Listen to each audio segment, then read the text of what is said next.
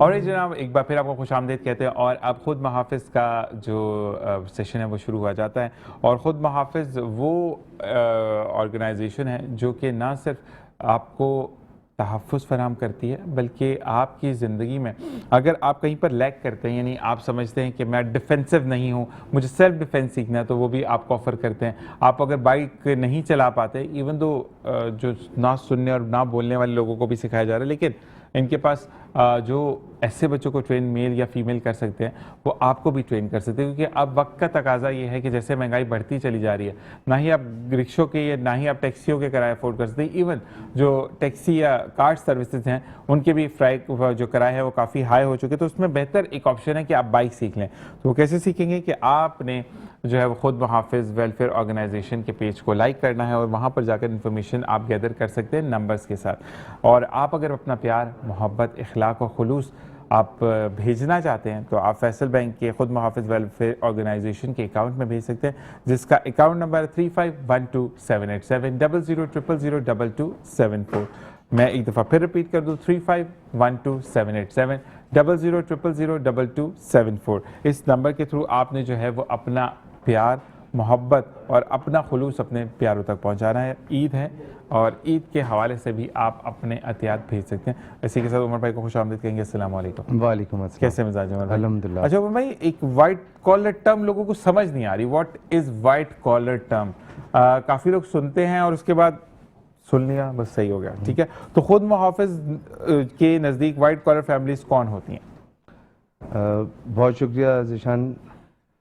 White collar हमारे नज़दीक वो विडोज़ हैं या वो डिवोर्सी फीमेल्स हैं जिनका कोई, या वो एक लिमिटेड इनकम्स हैं जिनकी, या इवन वो सिंगल पेरेंट मर्द जो एक लिमिटेड इनकम के अंदर अपने साथ बच्चों को परवान चढ़ा रहे, वो लोग जो किसी से मांगते नहीं हैं। इसके अंदर ब्लू कॉलर लोग शामिल नहीं हैं।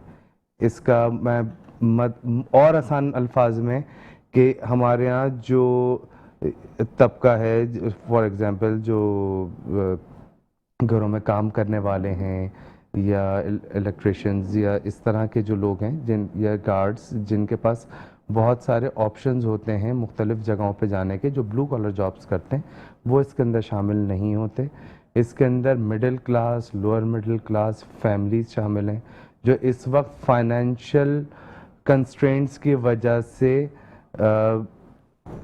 उनको कोई ना कोई सपोर्ट चाहिए to live up their living या उनके बच्चों की किफ़ालत के लिए। ये वो फैमिलीज़ हैं, या इवन इस स्टूडियो में मौजूद कुछ लोग हो सकते हैं जो अपनी जॉब्स कर रहे हैं, बैक ऑफ द स्टेज हैं, वो किसी से मांगते नहीं हैं। यू सी, यहाँ पर तो बहुत सारे लोग आके आपके घर में जो काम करने वाले होते हैं वो आके आपसे मांग लेते हैं, लेकिन जो इस तरह की नोविस सी जॉब्स करने वाले लोग हैं हमारे साथी, हमारे भाई बहन, ये वाइट कॉलर हमारे नज़दीक लोग हैं। जो अमूमी तबका, मजदूर, दिहाड़ीदार, ये वाइट कॉलर नहीं है। सही। अच्छा जी, आपके पास कभी ऐसा कोई केस आया या केसेस आते हैं कि जो फैमिली स्टेबल ऑन है, मतलब कमा भी रही है लेकिन क्योंकि खर्चे बहुत ज़्यादा हैं, लेकिन ना वो बच्चों की तालीम पूरी कर पा रहे हैं, एक कमाने वाला 4 5 6 खाने वाले, घर का किराया है, बिजली का बिल है, गैस का बिल, आजकल तो सिलेंडर्स इतने महंगे हैं, फिर आप हर चीज़ को देखिए महंगी है, तो वो ये कहते हैं कि मैं सिर्फ खाना पूरा कर लूँ, बाप ये कहते हैं कि मैं खाना पीना पूरा कर लूँ, बिजली के बिल पूरे कर लूँ या तो मैं पढ़ा दूँ। तो ऐसे कभी केस आपके सामने आया? बेबहा केसेस हैं। देखें ज़ीशान, इस वक्त जो 1 लाख रुपए महीना कमा रहा है ना, वो ज़कात का मुस्तहिक है। सही। 1 लाख रुपए कमा रहा है और अगर वो किराए के घर पे रह रहा है तो आप यकीन करें आप उसको ज़कात दे सकते हैं। ठीक है। ये मतलब अब ये वैसा दौर नहीं रहा है कि लाख रुपए कमाने वाला जो है वो बड़ी कोई लेविश लाइफ अफोर्ड कर सकता है। 30,000 घर का किराया, 30,000 रुपए बिजली का बिल आता है, 20,000 रुपए आपके गैस में निकल जाते हैं, 80,000 रुपए तो यहीं हो गए। तो अब ये मोटा मोटा हिसाब है, इसमें कोई घर का वो नहीं है, राशन नहीं है, इसमें कोई वो नहीं है कि मुर्गे मुसल्लम आपने खा लिए पीछे रह के आ जाता है कि जो बंदा जा रहा है तो उसने भी तो आने जाने का बिल पूरा करना है ना, 10-15 हज़ार तो उसको पेट्रोल का भी चाहिए। बिल्कुल ऐसे ही है। दैट्स द रीजन कि हम ऐलान बार बार ये बात कैटेगोरिकली कह रहे हैं कि हम ये जो हमारा पूरा सेगमेंट है ये ब्लू कॉलर्स पे काम नहीं करता, हम वो गुर्बत दिखाकर और चेहरे दिखाकर जो है वो कोई ड्रामेबाजी नहीं करना चाहते। हम middle class, lower middle class families जिनको कोई जो अभी तक बहुत सारी फैमिलीज ऐसी हैं जो आती नहीं है किसी से रिक्वेस्ट करने के लिए या किसी से हेल्प मांगने के लिए, और ज़्यादातर लोग उन तक जा भी नहीं पाते। ये स्पेसिफिकली सेगमेंट से उन्हीं का है। जबरदस्त। अच्छा, मुझे ये बताइएगा कि अगर मैं आपसे रुजू करता हूँ, मैं एक फैमिली हूँ, मैं मतलब ज़िशान नहीं हूँ, मैं कोई और हूँ, मैं आया और मैंने आपसे रुजू किया कि मेरे घर पे देखिए मैं 1 लाख रुपया तो कमा रहा हूँ, ठीक है, मैंने आपको बता दिया कि 30,000 रुपये घर का किराया, इसी तरीके से मेरे पास टोटली अपना बाइक का पेट्रोल निकाल कर, पंचर निकाल कर, गाड़ी की मेंटेनेंस निकाल कर सिर्फ और सिर्फ मेरे पास 5 से 10,000 रुपये बचते हैं, जिसमें ना राशन आता है, रोज की सब्जी तो चले आ जाएगी 10,000 में, वो भी खींचतान के, लेकिन रोज प्रॉपर राशन नहीं आएगा। तो आप मुझे ये बताएं कि अब मैंने आपसे सवाल कर दिया कि मुझे मदद की जरूरत है, खुद मुहाफिज कैसे वेरीफाइड करेगा कि मैं सच बोल रहा हूँ या गलत बोल रहा हूँ? हमारी वेरिफिकेशन टीम है, वो एक क्वेश्चनर है, वो टीम जाती है, लोगों से मुलाकात करती है, और हमारे पास ना एक स्ट्रॉन्ग रेफरल मैकेनिज्म है।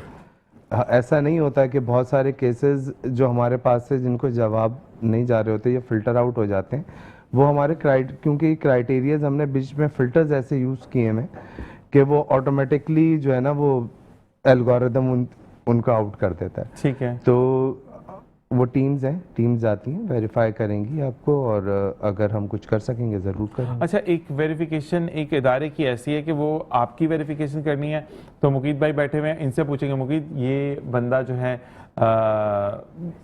काम पे जाता है नहीं जाता है, इसने हमसे ज़कात के सदक़े की बात की है। फिर शेफ़ फरजाना जो कि तशरीफ़ माशाल्लाह आ चुकी है, शेफ़ फरजाना से जाके पूछेंगे फरजाना ये बंदा जो है वो तशरीफ़ ला ये मतलब काम करता है, इसको हमने ज़कात देने की बात की है। इस साजिद भाई हैं, उनसे भी पूछेंगे कि इस तरह की वेरिफिकेशन होती हैं या प्रॉपरली आप घर पर जाकर वेरीफाइड करते हैं? घर पे जाकर 1-on-1 डिस्कशन होता है ना, मतलब अगर मैं एक तरफ अगर सफ़ेद पोश फैमिलीज कह रहा हूँ और मैं जाकर उसी के इर्द गिर्द 4 मोहल्ले वालों को ये बता दूँ कि जी ये हमने इसको पैसे देने हैं और ये जो है वो इमदाद के लिए आया हुआ है, तो फिर वो सारी डिग्निटी और ये सारा प्रोसेस और तस्वीरें ना चलाना और फिर और वीडियोस ना चलाना, इस पूरे प्रोसेस का फ़ायदा क्या होगा? फिर तो हम सभी कर देते हैं। क्योंकि मैंने एक बहुत अच्छी ऑर्गेनाइजेशन है जो कि बेटी का जहेज तो देती है लेकिन 50 लोगों से वेरीफाइड करती है मोहल्ले के, तो वो बेटी का भी भांडा फूट जाता है कि इसको तो सदके ज़कात का फर्नीचर मिला है, तो वो थोड़ा सा काम खराब हो जाता है। अच्छा देखें, ज़कात लेना ना, अगर ये इसलिए कोई ऐप की चीज़ नहीं है कि ये अल्लाह की तरफ से एक दिया हुआ फरीज़ा है ना, लेकिन लोग नहीं मानते, लोग तो पता नहीं अपनी क्या अब ये सोसाइटी क्योंकि हमारी जो है ना वो हम इंडिया में ज़्यादा रहे और आज तक जो है वही रसूमात और वही मेंटालिटी हमारे अंदर मौजूद है, ऐसे ही है। तो अगर कोई चीज़ देखें, आज हम और आप कुत्ते और बिल्ली क्यों नहीं खाते? क्योंकि मेरे दीन ने हराम किया उसको। ऐसे ही है। अगर हमारे दीन में हलाल होता तो हम खा रहे होते। बिल्कुल ऐसे ही है। तो अगर ज़कात अल्लाह पाक ने किसी के ऊपर जायज़ कर दी है तो वो उसका लेना कोई हर्ज नहीं है, लेकिन एट द सेम टाइम अगर यही कोई वाइट कॉलर फैमिली है तो ये नामुनासिब तरीक़ेकार है कि इर्द गिर्द के लोगों से इस तरह की वेरिफिकेशन की जाए। वेरिफिकेशन एक आपके सिंपल क्वेश्चनर्स होते हैं, अब साइकोमेट्रिक टेस्टिंग होती है जो यूजुअली लोग HR से रिलेटेड या इस तरह से काम करना जानते हैं, उनको पता होता है कि कैसे प्रोब करना है क्वेश्चंस को और किस तरह से जवाबात निकल आएंगे बाहर ना।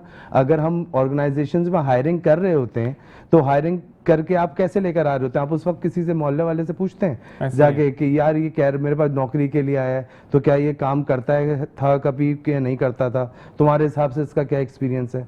तो बहुत अच्छे तरीक़ेकार हैं दुनिया में काम करने के। मैं समझता हूँ कि NGOs को भी यही अडॉप्ट करना चाहिए कि अब मुख्तलिफ, अब तो AI का ज़माना है, आपको बहुत कुछ मिल जाएगा, अगर किसी को कोई हेल्प उसमें भी चाहिए तो हम दे देंगे। अच्छा, क्वेश्चन आया लेकिन टर्म से हट के मैं करूँ या ना करूँ? मुझे ये कहा गया कि अस्सलाम वालेकुम, उमर भाई को भी अस्सलाम वालेकुम, आपको सलाम किया उन्होंने। वालेकुम अस्सलाम। उन्होंने कहा कि मैं एक बात पूछना चाहता हूँ कि मैंने 4 जगह गया नौकरी के लिए, मुझसे एक सवाल ये किया गया कि मैं फ्रेश डिग्री होल्डर हूँ और मुझे ये कहा गया कि आपके अंदर ऐसी क्या क्वालिटी है कि मैं आपको हायर करूं और हमारी कंपनी को आपसे कितने अरसे में कितना फ़ायदा हो जाएगा? वैसे ये तो बड़ा कोई अजीब सा सवाल है कि कितने अरसे में कितना फ़ायदा हो जाएगा। देखिए, ऑर्गेनाइजेशन अगर आप पर इन्वेस्ट कर रही है ना, तो आपको अपनी एक डिफरेंशिएशन तो मार्केट में क्रिएट करनी होती है। फ्रेशर कैसे करेगा? फ्रेशर तो नहीं कर सकता ना, जिसको अभी रिसेंट डिग्री मिली है, वो कैसे अपना, उसके तो डिग्री में भी कुछ नहीं हो और उसकी सॉरी सीवी में भी कुछ नहीं होगा अनटिल अनलेस सिर्फ उसका एजुकेशन, उसका बैकग्राउंड आप पूछ लें, उससे इंटर किया, उससे मैट्रिक किया, उससे कोर्सेज किए elective, that's more than enough.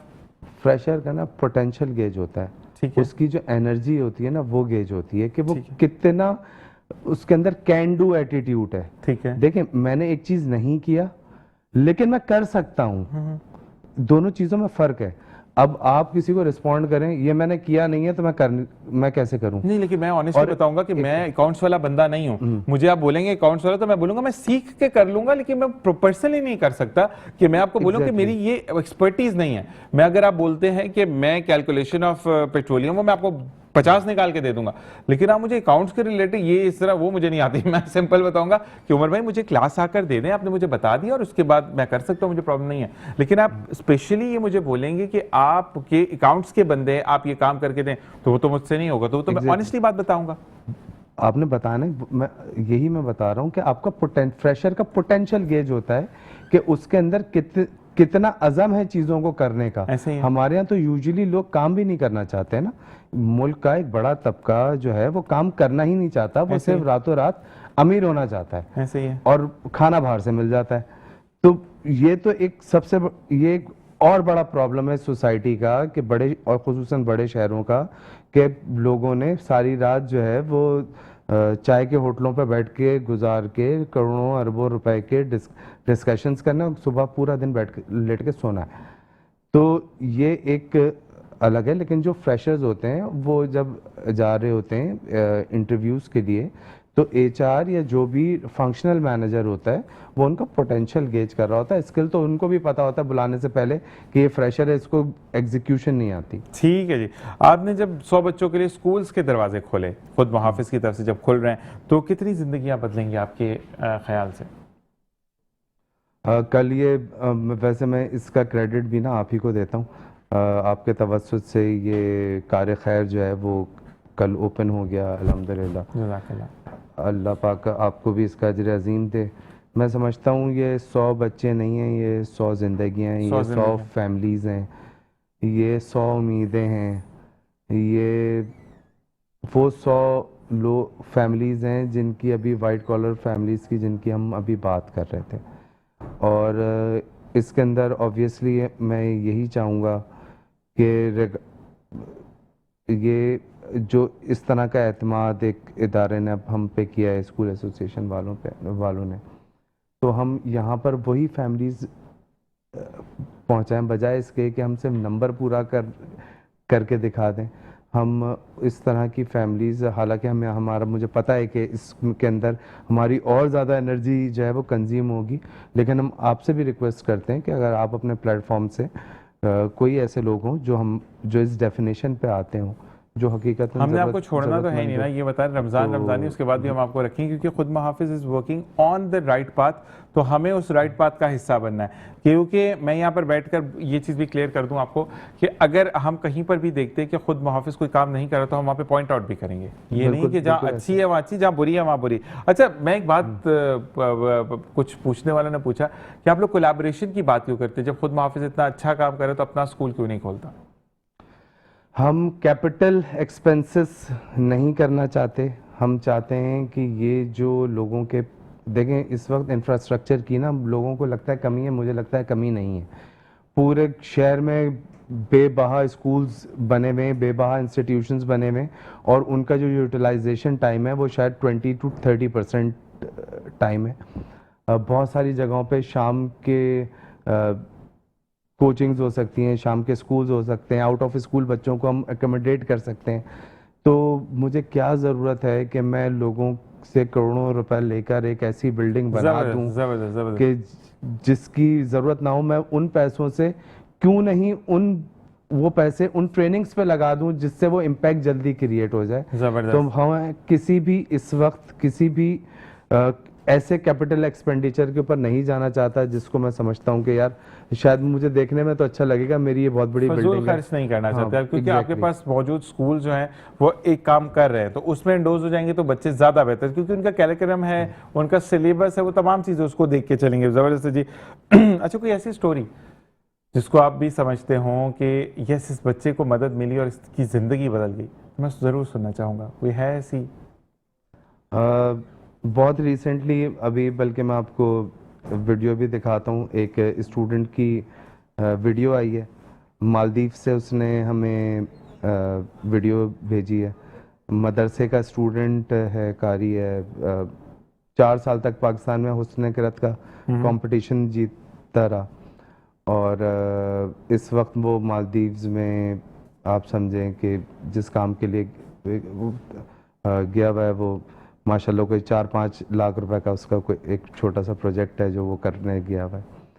तो वो बहुत इंस्पायर करता है मुझे कि एक 20-25 हज़ार रुपए से उस बच्चे ने अपना सफ़र शुरू किया।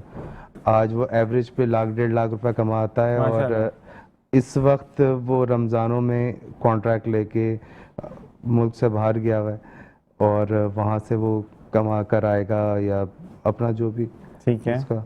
तो उसने अभी एक वीडियो भेजी कि सर आपका बहुत शुक्रिया, और मैं वापस आऊँगा तो हम दूसरे बच्चों पर भी ऐसे ही काम करेंगे जैसे मुझ पे काम हुआ। माशाल्लाह। तो मैं सुबह सोकर उठा था तो वो वीडियोस की आई हुई थी, उसने बड़ी एक होप दी, बड़ा एक इंस्पायर किया। माशाल्लाह। मैं भी देखिए आपको ये वाली दिखाता हूँ। बात है कि मदरसे का बच्चा उठकर अगर कर सकता है तो नॉर्मल बच्चे भी कर सकते हैं, और मदरसे के बच्चे ज़्यादा जो है वो हमें चीज़ें चलती रहती है। सेशन हमारा कंटिन्यू रहेगा, हम साथ साथ आपसे इंटैक्ट रहेंगे, लेकिन क्योंकि हमें बढ़ना है किचन की तरफ, रमज़ान पकवान की तरफ, और आज रमज़ान पकवान में क्या बन रहा है ये मैं भी आपको बताऊँगा शेफ़ फरजाना के साथ। तो एक छोटा सा ब्रेक। अस्सलामु अलैकुम व रहमतुल्लाह।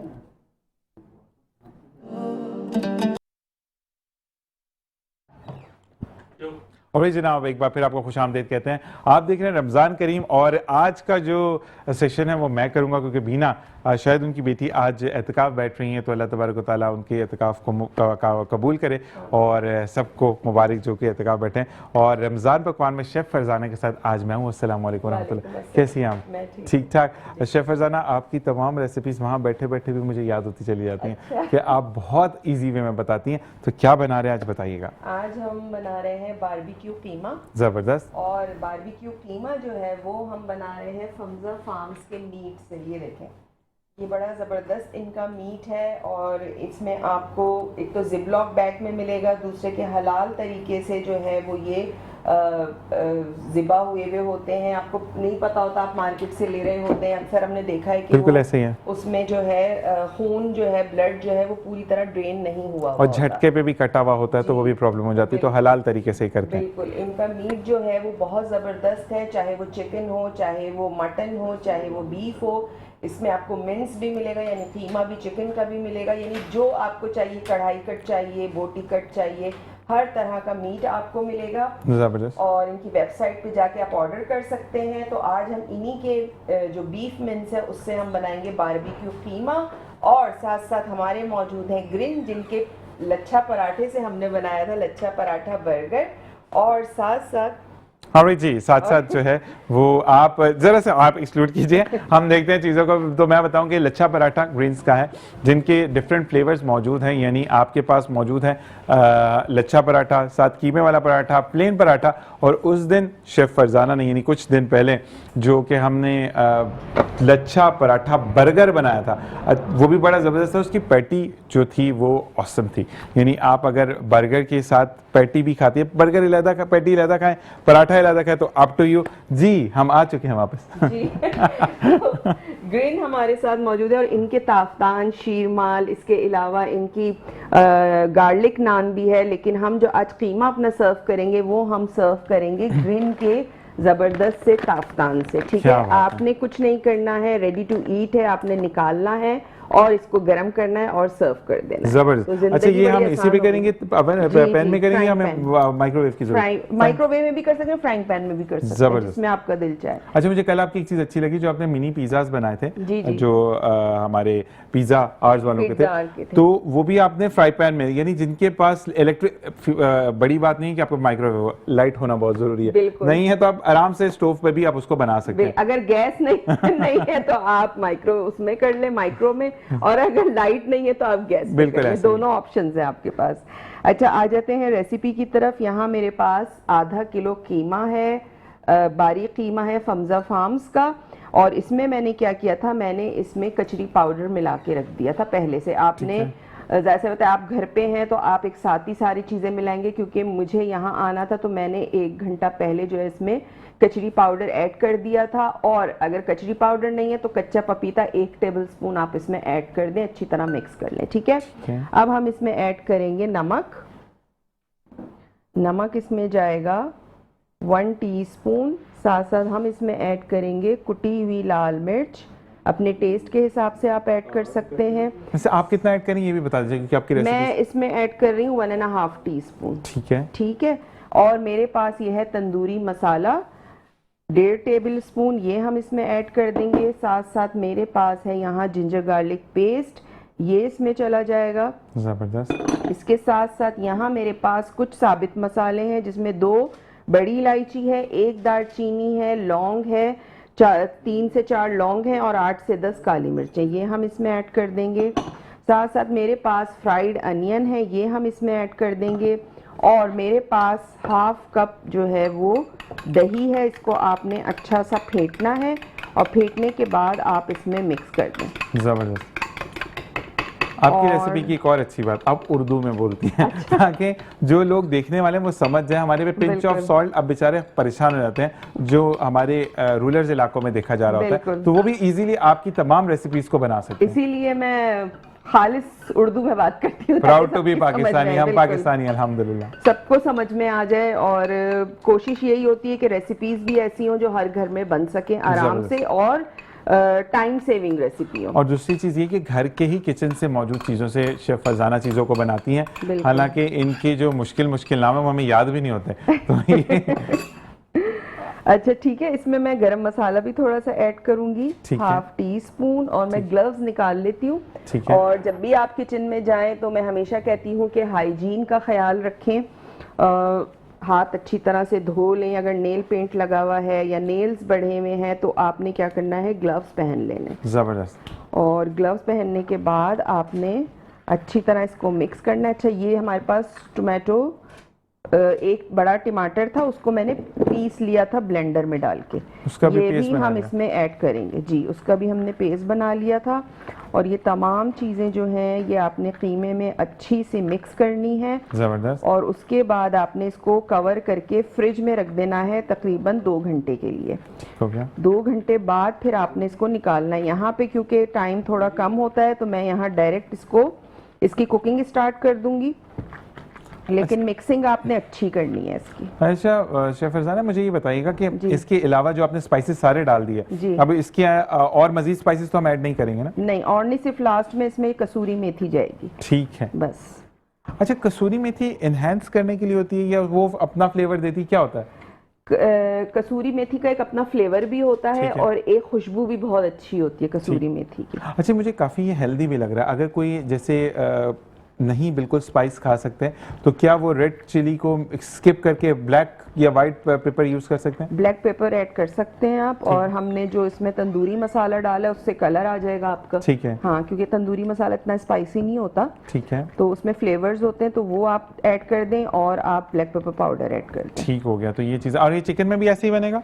जी, चिकन में भी सेम रेसिपी है। आप मटन के कीमे में बनाना चाहते हैं मटन के कीमे में बनाएं, और अगर आप चिकन में बनाना चाहते हैं तो चिकन में भी बना सकते हैं। ठीक है, ठीक हो गया। ये आप इसको दें, मैं रख देता हूँ बस। बस हो गया। चलें जी, अच्छा, फ्लेम हम ऑन मैं करेंगे। बिल्कुल ऑन कर देता हूँ फ्लेम आपको। और यहाँ पर जो है वो फ्लेम ऑन करने के बाद हम चीज़ों को फिर सबमिट करना शुरू करेंगे। और साथ साथ हमारी जो कुकिंग होती है रोज़ाना वो होती है मिज़ान कनोला ऑयल में। मिज़ान कनोला ऑयल आपको पता है ज़बरदस्त ऑयल है, इसमें विटामिन ए, डी और ई शामिल है, इम्यूनिटी बूस्टर है, आपकी हड्डियों को मसल्स को स्ट्रॉन्ग करता है, हीट से पाक है। ऑयल कितना यूज़ करेंगे? ऑयल हम इसमें यूज़ कर रहे हैं 1/2 कप। ठीक है, ठीक है, 1/2 कप हमने इसमें मिज़ान कनोला ऑयल ऐड कर दिया। थोड़ा सा जो है ऑयल गर्म हो जाए तो हम अपना जो कीमा, मैरिनेटेड कीमा है वो हम इसमें ऐड करेंगे। इसको अच्छा सा हम भूनेंगे, कवर कर देंगे, कोई पानी इसमें नहीं जाएगा, कुछ भी नहीं जाएगा, क्योंकि दही का भी अपना पानी है, टोमेटोज़ का भी पानी होगा, अपने प्योरी मिक्स की है, इसके अलावा कीमे का भी अपना पानी है, तो उसी में ही कीमा जो है वो आपका गल जाएगा। जब कीमा हमारा डन हो जाएगा, पानी उसका ड्राई हो जाएगा, तो हम उसमें ऐड करेंगे कसूरी मेथी 1 टेबल स्पून। साथ साथ लास्ट में हम इसमें लगाएंगे कोयले का दम। ज़बरदस्त। और अगर इसी तरीके से शेफ़ फरजाना नॉर्मल डेज में खाना बना रही होंगी तो मैं मीज़ान की अल्ट्रा चाय उनके लिए बना के लाऊंगा ताकि वो हो जाएंगी रिफ्रेश। बिल्कुल, ऐसे ही है ना? बिल्कुल। मिज़ान की जो अल्ट्रा रिच चाय बहुत अच्छी चाय है, स्ट्रॉन्ग चाय है, और बहुत ज़्यादा जब थके हुए हों आप तो आपको ऐसी चाय की बहुत ज़रूरत होती है। अच्छा, और एक चीज़ और भी है कि जब आप चाय बनाएं तो नान खाना चाहे नान खाएं, वरना पराठे इनके गर्म करके खाएं, क्या ज़बरदस्त टेस्ट है। अच्छा, पराठों में भी वो है, फ्लेवर्स हैं। आप चीज़ पराठा एंजॉय करें, आलू का पराठा है, कीमे का पराठा, बहुत सारे अनियन पराठा है, तो जो फ्लेवर आप खाना चाहते हैं वो आप चाय के साथ उसको एंजॉय कर सकते हैं। लच्छा बर्गर पराठा हमें याद है। चलिए, आई गेस गर्म होना शुरू हो गया। मुझे वो स्पून कौन सा, ये वाला ब्लैक वाला? ये ना जी। बिस्मिल्लाहिर्रहमानिर्रहीम।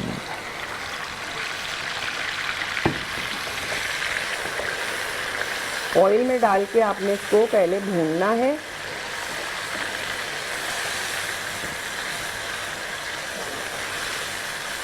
अच्छा, ये शेफ़ फरजाना मुझे ये बताइएगा कि अब इसका भी वही होता है कि ऑयल छोड़ जाएगा तो ये पक गया, कुछ ऐसा ही है? जी जी जी जी। अच्छा। अभी मैंने कहा ना कि अभी हम इसको लो टू मीडियम पे रखेंगे, तो ये जो है इसमें जितने भी मॉइस्चर है वो सारा ड्राई होके ऑयल जो है वो ऊपर आ जाएगा।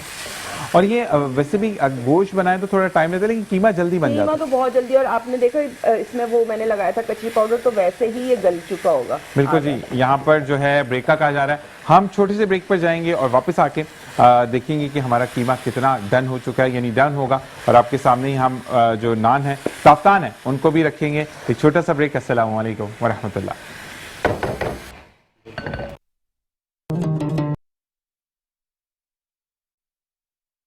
और जी नाउ वेलकम बैक। और एक बार फिर हम आपके साथ मौजूद है रमज़ान करीम रमज़ान पकवान में, और master of the master chef हमारे साथ शेफ फरजाना मौजूद है। शेफ फरजाना, अब हम किस स्टेज पर पहुंच गए कीमे की?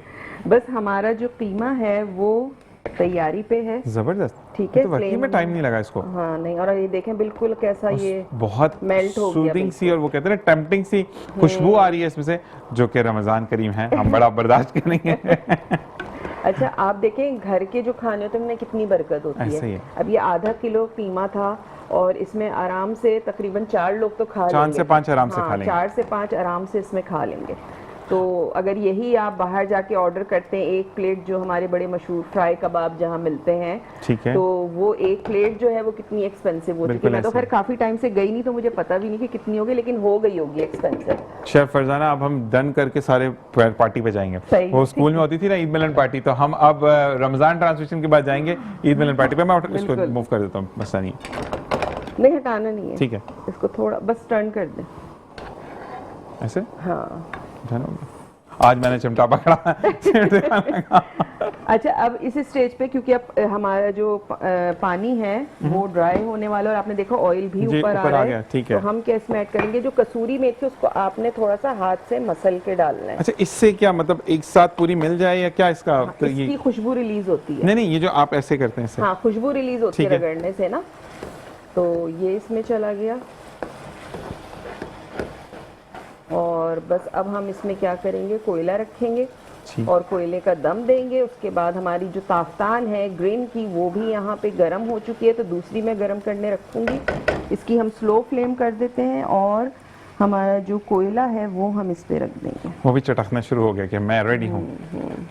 अच्छा, कोई भी चीज़ हो, जैसे ये प्याज का टुकड़ा है तो तो मैं प्याज रखूंगी, आप रोटी का टुकड़ा भी रख सकते हैं, आप कोई अगर स्टील की छोटी सी इस तरह की स्टील की प्याली हो वो भी अंदर रख के उस पे आप कोयला रख सकते हैं। ठीक है। डायरेक्ट आपने कीमे या किसी चीज गोश्त के ऊपर कोयला नहीं रखना।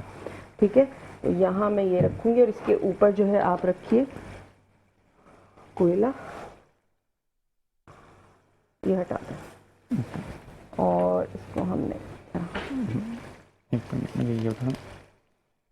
ठीक हो गया।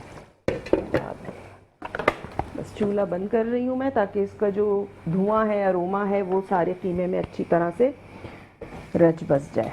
अच्छा, यहाँ पे जो है वो हम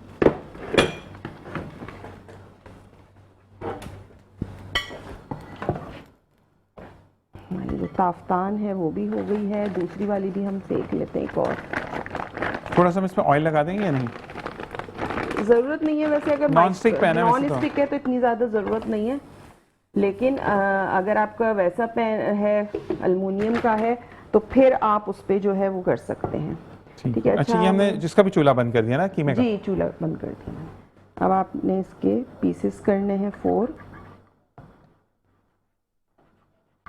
गरम बहुत ज़्यादा है। 5 मिनट की वेट कर लेना, ये जब तक ये हो जाता है तो उसको कर देते हैं, मैं कट कर देता हूँ उसको। ये हम साइड पे रख देते हैं और रमज़ान पकवान की ऑलमोस्ट डिश जो है वो रेडी हो चुकी है, क्योंकि हमने सिर्फ इसको डिश आउट करना है। शेफ फरजाना, मैं चाहूंगा कि आप रिकैप कर दें। अच्छा, रिकैप कीमे का ये है कि हमने आधा किलो कीमा लिया था और उसमें हमने जो जो मसाले ऐड किए थे, सबसे पहले नमक था उसमें।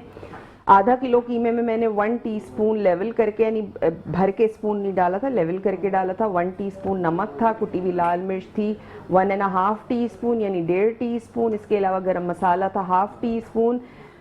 प्याज तली हुई हमने डाली थी 1/2 कप। इसके अलावा दही था 1/2 कप। एक बड़ा टमाटर था जिसको मैंने ग्राइंडर में ब्लेंड कर लिया था, पिसा हुआ टमाटर, वो हमने इसमें ऐड किया था। तंदूरी मसाला था 1.5 टेबल स्पून। लहसुन अदरक का पेस्ट था 1 टेबल स्पून। तमाम चीज़ों को डाल के आपने अच्छा सा मिक्स करना है और कच्चा पपीता आपने लेना है 1 टेबल स्पून लेवल करके। ठीक है, वो आपने लेके तमाम चीज़ों को मैरिनेट करना है और आपने इसको 2 घंटे के लिए छोड़ देना है मैरिनेशन के लिए। उसके बाद जिस तरह मैंने ऑयल गरम करके कीमा उसमें ऐड किया, भूनना है। कीमे को स्लो फ्लेम पे कुक करने के लिए रख दें। जब पानी ड्राई हो जाए, ऑयल ऊपर आ जाए, तो आपने उसमें 1 टेबल स्पून कसूरी मेथी ऐड करनी है, मिक्स करना है और कोयले का दम लगा। अच्छा, अब ये जैसे हमने 1/2 कप कीमा इस्तेमाल किया, जी जी। तो इसके अंदर हमने 1/2 कप ही ऑयल इस्तेमाल किया, तो जब 1 केजी कीमा होगा तो 1 कप हो जाएगा ऑयल? देखिए, ऑयल का जो इस्तेमाल है ना, वो हर घर में कोई जो है वो बहुत कम ऑयल यूज करता है। ठीक है, किसी किसी घर में लोगों को ऊपर तरी चाहिए, बिल्कुल जैसे ऐसे मेरे अब्बा हैं, उनको तरी चाहिए। होती तक ऊपर तेल नहीं होता, वो कहते हैं ये कोई सालन है, मतलब वो पहले शक्ल देखते हैं उसके बाद खाते हैं। अच्छा, एक बात मैं यहाँ पे कहूंगा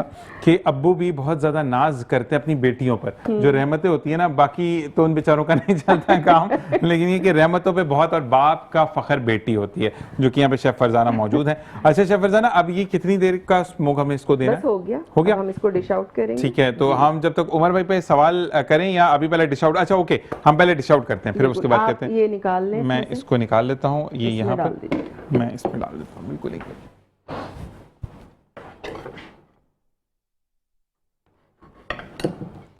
यहाँ पर जो है वो कोयले का स्मोक हो चुका है, डन। और रेसिपी को आप ईद में ज़रूर ट्राई कीजिएगा।